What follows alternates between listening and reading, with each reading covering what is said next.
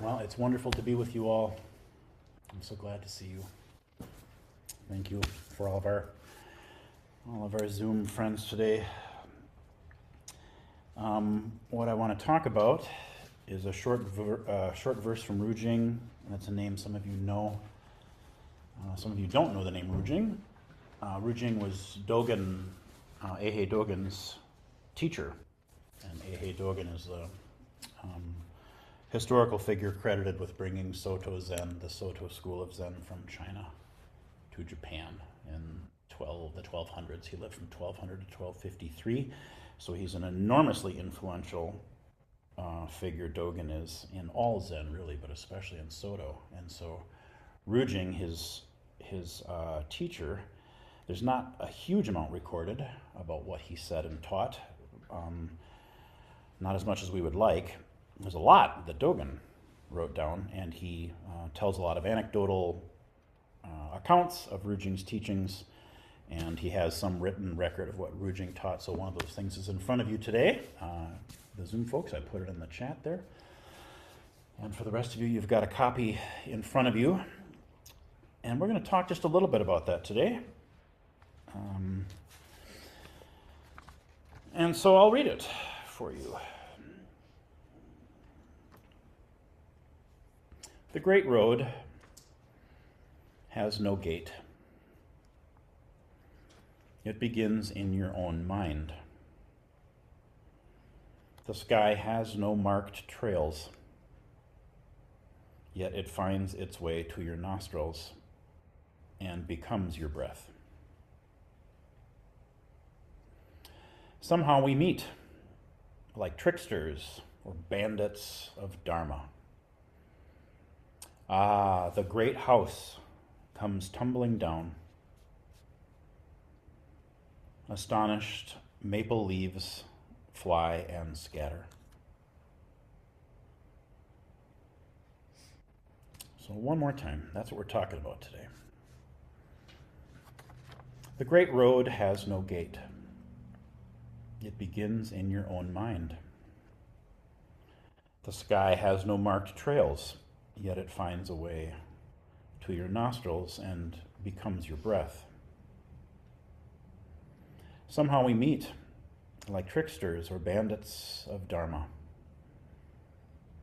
Ah, the great house comes tumbling down. Astonished, maple leaves fly and scatter.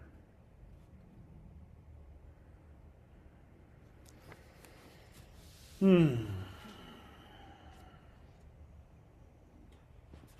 probably could teach a class on that poem, couldn't we? There's a lot there. We really probably could spend 6 weeks, I bet.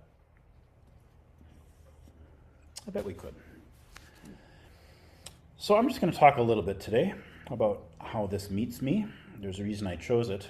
But I like to remind folks when we're listening to somebody talk about a song or about a poem or about a dance or about a painting, we're just listening to how that call showed up in that one person's human heart, their own response to that, and that the real poem and the real call and response happens within all of us. And so my thoughts on this are only my thoughts. And this poem was written for you by Ru Jing 800, 900 years ago, because you're the one who can receive it. And my thoughts are only to help us connect, hopefully, to help us connect to our practice a little bit today. That's really all they're good for. So you get to receive my thoughts that I offer today the same way you receive the poem. What resonates for you, what it stirs up in you, that's the poem. That's the talk. And what doesn't have resonance or connect deeply with you, let it go. Let it go.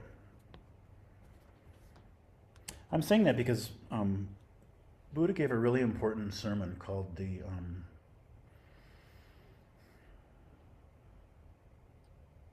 Kalama? Is it the Kalama Sutra? where he talked about, like, don't think that something is important because somebody told you that it was important, or don't think something has value because you think that the person who told you that has value, or don't think something is true because it was written on paper that had gold edges, and don't just believe it because the person who gave it to you was holding a fancy staff, and don't just, there's this long list. He just goes on and on and on and on and on about, like, if it comes from here, if it lights a fire, good, trust your fire. But don't just think, oh, this is a deep Zen poem because the dude said it was a deep Zen poem.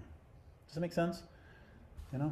Someday I want to give a Dharma talk about, like, the back of a Rice Krispies box, or the ingredient list of my grandma's ginger snap recipe, or a page of the phone book or something, just so, like, it really is your heart that rises up to meet things, that finds wisdom or insight or, inspiration for you. It isn't just because it was written in Japan, or because it's 800 years old, or because some strange guy who we've been told is deep wrote it.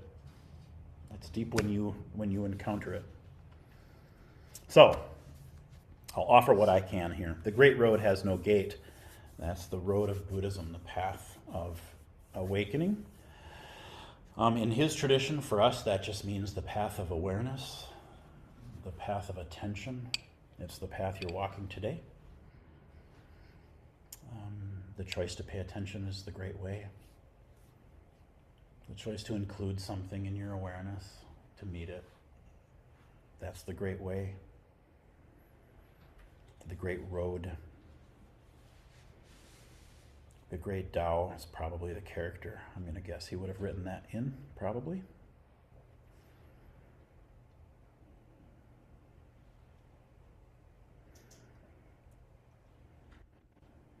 It has no gate.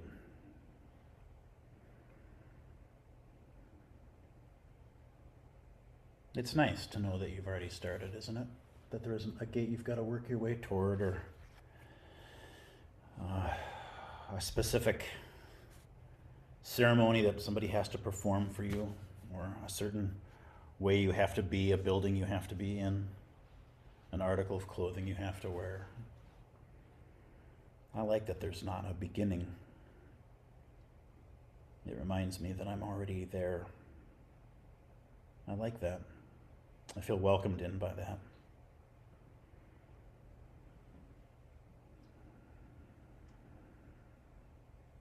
If we had more time, it's a really fun retreat exercise in different settings where we're doing a lot more kind of interacting, a lot more socializing, to ask people to share what their first spiritual experience was, for lack of a better term. I don't know how we define that really, but, like, what was your first stirring?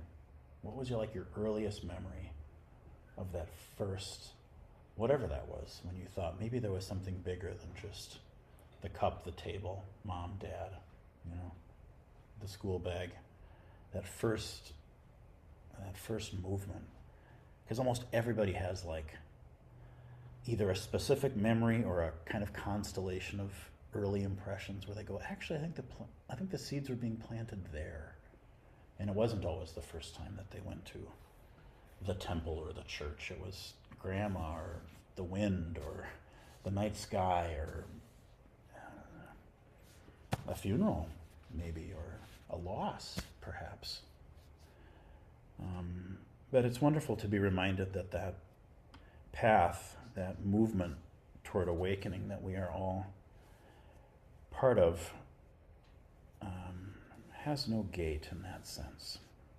I also love the word gate there, because I don't know the Chinese character, the kanji, that would have been translated here as gate for us into English, but I also like that word choice, because gates are something we traditionally think can be open or closed. And so I like that there's not a gate. That means there's no possibility of it being closed. There's no possibility of the Great Road being closed to you. I hope that feels good. That line makes me feel good.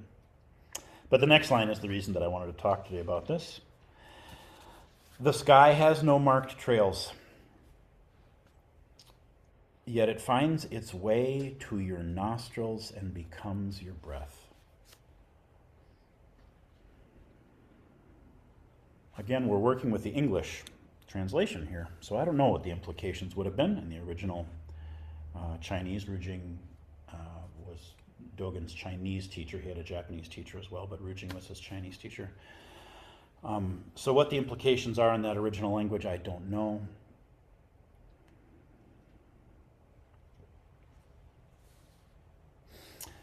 But the sky and the weather has long been used in meditation traditions as a metaphor for the mind.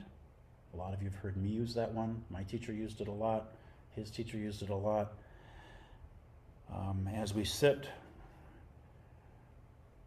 and as we become quiet more and more, we become identified with the great space that holds what arises. Right? I'm not the body. I'm the one who watches the body. I'm not the thought. I'm the one who observes the thought. I'm not actually the emotion. I'm the one who holds the emotion, tries to relate to it with care, you know? And so when they use that beautiful metaphor of the clouds come and the clouds go, and the storms rise and the storms fall, and the wind comes and the wind goes, and all the kind of activity that we think of as weather, none of it ever leaving a mark on the sky. I love that metaphor. That really works for me. That really works for me. When I was a kid, I remember having a tornado. There was a tornado warning once, and we were living up in New Hope.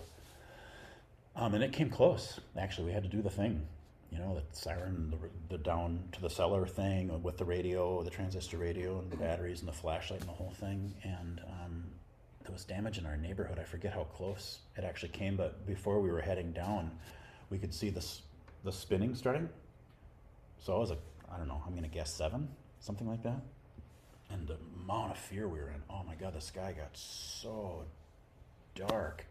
And then kind of weird orange. Some of you have seen what that kind of storm in this area of the country does. It's really, really weird. The sky becomes this completely unrecognizable thing, and it's just threatening. And I'm so scared in that little boy body, and the wind getting bigger, and the sound of the siren. And whoosh, down we go into the cellar, and you got the radio on, and then 20 minutes later, I mean, you know, they move fast, right? Boom, that thing does what it's going to do, and it moves on. And then, okay, it's safe to come back up now. It's safe to come back up now. And coming back up, it's unrecognizable. Like the whole drama that I was like, well, this is what the sky's going to look like forever now. This is the most dramatic thing, surely, this sky has ever held. This guy has never held a drama such as this, at least not to a 7-year-old boy. And to be like, oh, you'd never know. The color had changed and the clouds had moved on. And I thought, oh. So years later, when I first heard this metaphor for the mind, I thought of that memory and thought, yeah, I guess I've experienced that to be true. I've experienced that to be true. No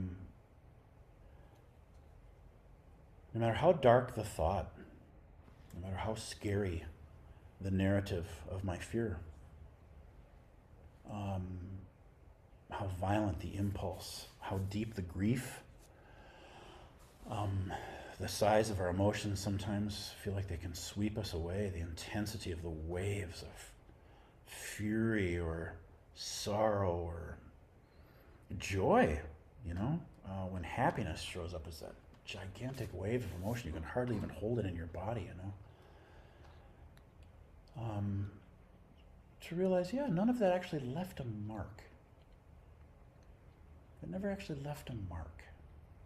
You know, that's interesting, isn't it? There's a great power there to remember. The sky has no marked trails.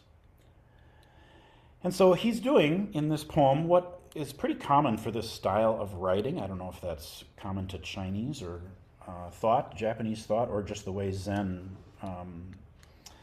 was expressing itself in verse back then, but it would be pretty common to say the same thing twice in 2 completely different ways. And so the first 2 lines of our poem are the same thing. He's saying the very same thing in 2 completely different ways. The great road has no gate, it begins in your own mind. He said it that way.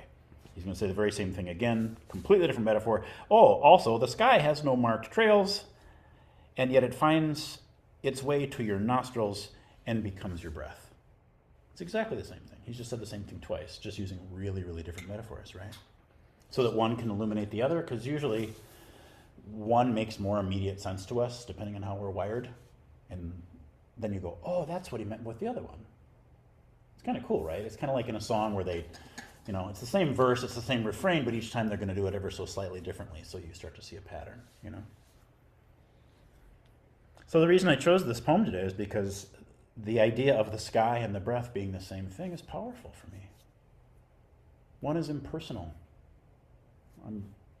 I can look out the window there and just see the size of it. And during a break today or during lunch, I might wander outside and look at the size of it. And go, actually, it's arbitrary, isn't it?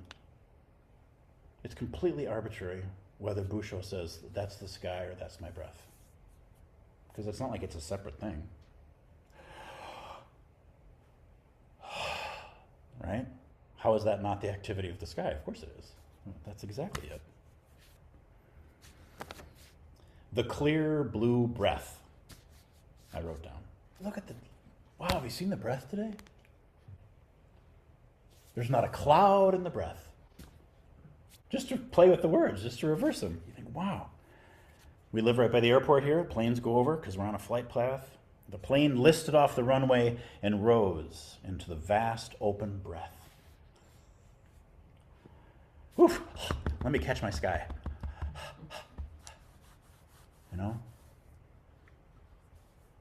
That song was so beautiful, it took my sky away. It's fun, isn't it? I mean, we're just playing with it, but that's the truth.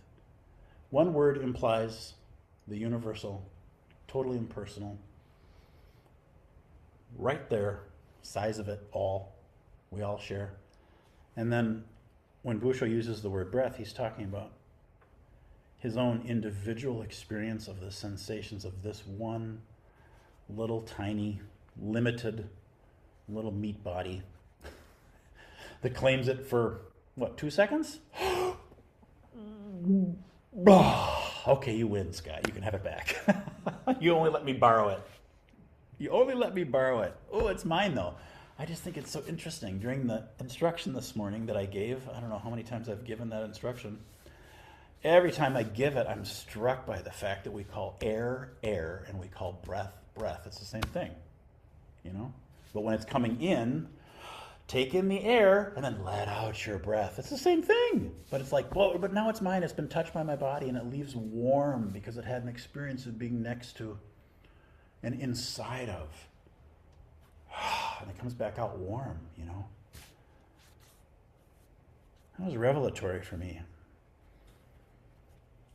Early in my Zazen, in my probably early 20s, when it dawned on me. It comes in cool and it leaves warm. I've been breathing for a quarter of a century. With great consistency. I want you guys to know my breathing record up until that point was very consistent. I was very, very disciplined. From that very first time, when I was a little baby, I gave life immediately a very negative Yelp review. I just screamed immediately in the face of all of it. But up until starting with that inhalation, I was very, very, very consistent for 25 years in breathing, and yet it had never occurred to me, even though it was happening every single moment, it never occurred to me, oh, it's cool on the way in, and it's warm on the way out. Wow. I never knew until the instructor said, oh, it has a texture. I'm like, breath doesn't have a texture. What is he? Well, wait, it kind of does, doesn't it? Oh, it sort of does. Yeah, the back of the throat and the nostrils. Oh, I guess it sort of does. I guess my experience of breathing can be kind of rough sometimes and sort of smooth sometimes. And there's, oh, well, yeah, it's going to taste. And it's got a smell. He's just listing the senses. I'm like, oh my God, it does have a smell. It does have a taste. It does have a texture. It has a temperature. It has a rhythm. It has a, right? And then they went on to say, breath breathes itself. Which I guess I had to have become aware of. I couldn't really argue with that assertion because I realized I wasn't thinking consciously to myself, in? Oh, okay, that's about right. Now out. In? That when I didn't pay attention to it, it happened all by itself. So the way our poem has been translated, The sky finds its way to your nostrils. The sky is the active agent in that poem. We receive it. But the sky is the active agent. It finds its way to your nostrils and it becomes your breath. Wow. Breath does breathe itself, doesn't it?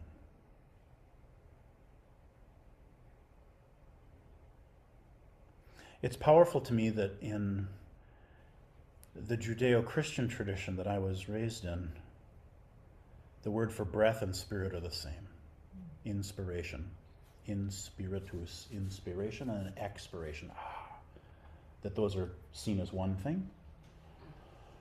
It makes a lot of sense to me.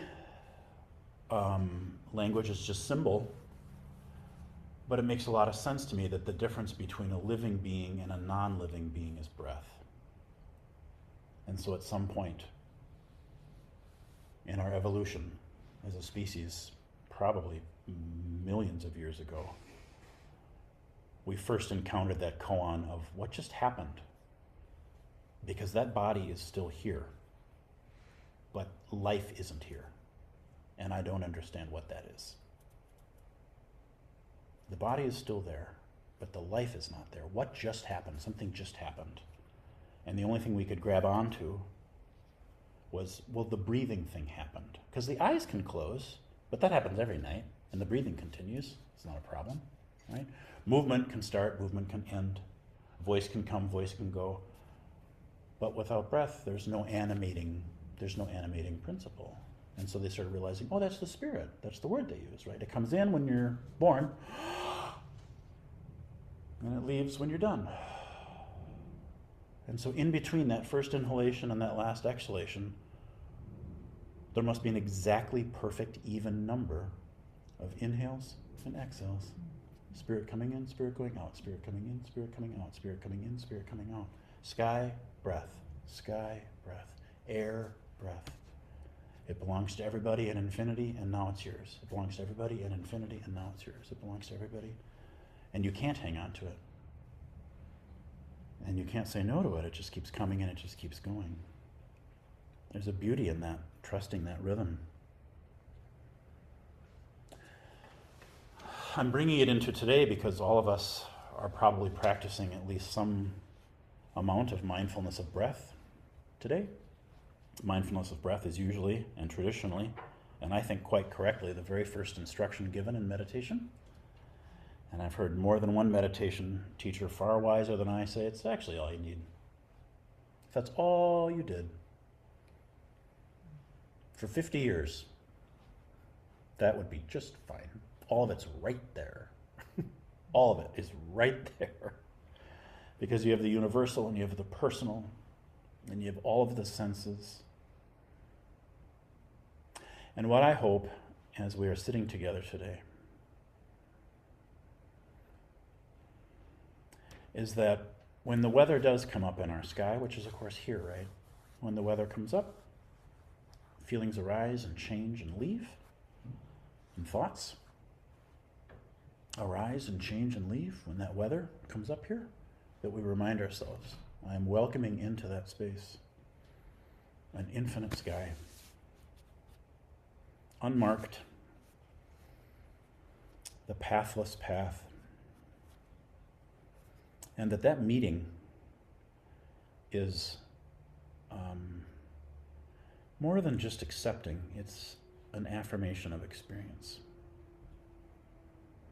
This is a little poetic, but I like to think that the sky affirms the weather more than just allows. I like to think that the touch is a little more affirming than that.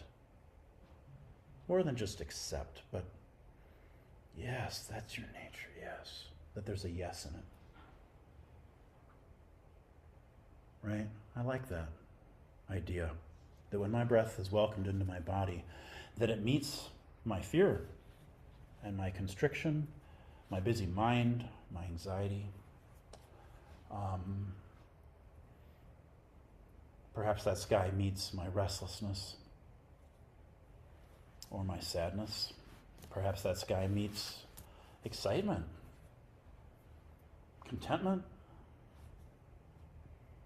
hope, any of the weather that I experienced today in my heart mind.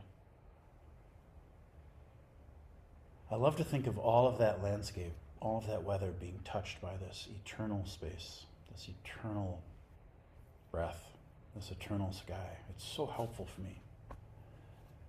Because as time goes on, as we sit, we do become more and more identified with that which rushes in. We do become more and more identified with that which holds. We do become more and more identified with the sky that has no marks. And we just become less resistant to. We honestly become less scared of our feelings. They're not us. It's just the weather today. Rain is not a problem. It's not a broken sky. The sky isn't bad. The weather isn't bad. There's no bad. How could there be bad? Right? We actually become that when we practice, just meeting the experience with no judgment. Curiosity, the way breath just rushes in, you know. I know because of science what it does, and I know it comes into my lungs, and all those little oxygen molecules are in every cell in my body. The breath doesn't just stop at the lungs, it becomes all of the cells in my body. It rushes into all those spaces that need it. There isn't a sense that, oh, that hand was unskillful. I don't want to go into that hand. I'm not going to go into that part of the brain because that part of the brain was really judgy an hour ago. I'm not going to rush into that foot because that foot is too lazy on my longer runs or something like that. There's a real sense there of being met by something. The pain in me being met by a part of me that remembers that it's sky. And so, to finish here, because I want to make my way through the poem, the great house tumbling down would make sense to me that that's a reference to the Buddha's enlightenment. House builder, you are seen, never will you build that house again. He's talking about the function, the creation of the ego self, and its assertion that it is the self. And when we start really seeing, actually that thing isn't quite so permanent as I thought it was. That house is actually, it's really just wood. Well, and there's some plastic there, and there's some metal there, and there's some shingles there. But actually, it's just made up of a bunch of stuff. And it's cool, it functions as a house for a little while, but someday all the stuff that was assembled into that house will be disassembled into other stuff. And so house starts being kind of just a temporary shape that those things took. And part of the great enlightenment is, this ego that I see, this body that I see is just also the same thing. It's just a collection of disparate elements. This bone that's under there, I can't really see it, but I can feel it. It will someday not be enclosed. And this arm and these cells will belong to other stuff. And the breath that I call mine, which really never really was mine, returns to that gateless sky. And there's a sense of great surrender and deep peace that comes with recognizing the temporality of the body, the temporality of the house, the temporality of the ego. It becomes okay. It's when you look at that tornado sky and realize it's just passing through. It's okay. And so our astonished maple leaves can fly and scatter today as we watch the movement of our weather.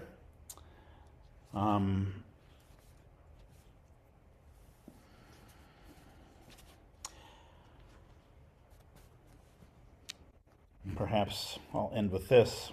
I've been feeling kind of sentimental lately about my teacher and my teacher's teacher for a bunch of reasons. And so Shunryu Suzuki was my teacher, Tim Burkett's first teacher. He studied under both Suzuki and Katagiri. And Suzuki said, in Zazen, put yourself in the time before Buddha appeared in this world. In Zazen, put yourself in the time before Buddha appeared in this world. I don't know what that is. I don't know what he meant by that. But boy, I love that line.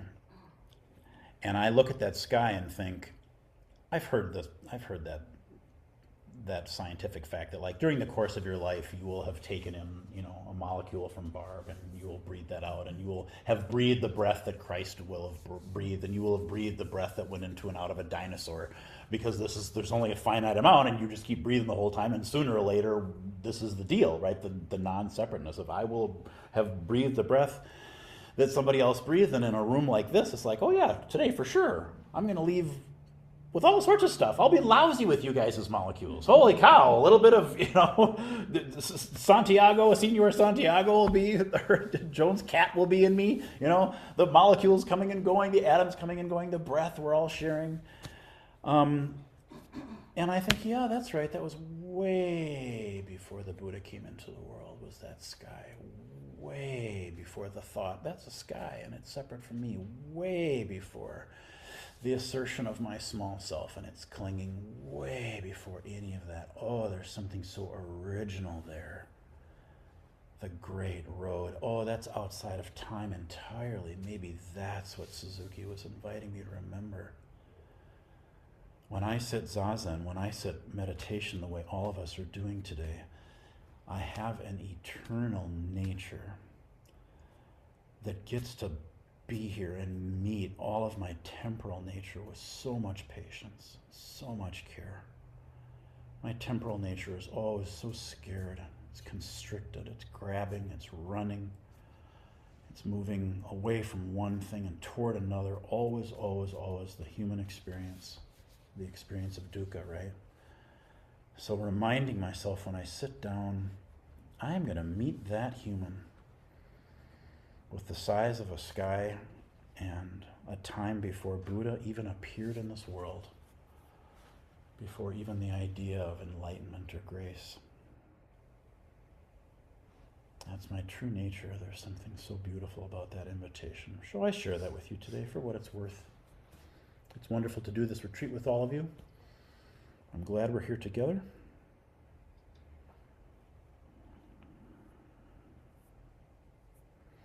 So we can go back to our sky-like breath today and see what the next few hours holds.